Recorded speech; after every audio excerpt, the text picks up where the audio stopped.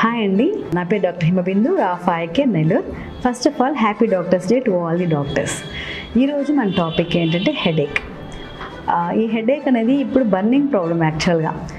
ఎందుకంటే హెడేక్కి చాలామంది ఏంటంటే అది ఐ ప్రాబ్లం వల్ల హెడేక్ వస్తుందనే విషయం చాలామందికి తెలియదు. సో వాళ్ళు ఏం చేస్తున్నారంటే బయటకు వెళ్ళిపోయి మెడికల్ షాప్స్కి వెళ్ళిపోయేసి హెడేక్ అని ట్యాబ్లెట్స్ మింగేసి చాలా కాలం తర్వాత వాళ్ళు ఐ డాక్టర్ దగ్గరకు వస్తున్నారనమాట.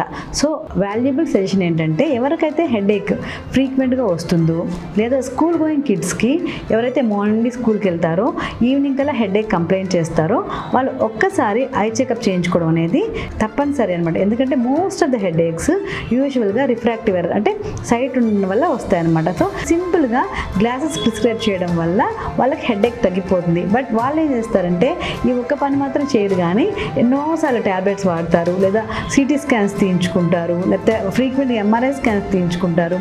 అప్పుడు కూడా దాంట్లో ఏముండక మళ్ళీ హెడేక్ ట్యాబ్లెట్స్ వాడుతూ ఉంటారు అనమాట. సో నేను ఇచ్చే సజెషన్ ఏంటంటే ఎవరికైతే ఫ్రీక్వెంట్గా హెడేక్స్ వస్తున్నాయో వాళ్ళు ఒక్కసారి ఐ చెకప్ చేయించుకొని సైట్ లేదు అని నిర్ధారించుకోవడం అనేది ముఖ్యం అనమాట. సో ఎవరికైతే హెడేక్ ఉంటుందో వాళ్ళు ఒక్కసారి ఐ డాక్టర్ సంప్రదించవలసిందిగా కోరుకుంటున్నాను. Thank you.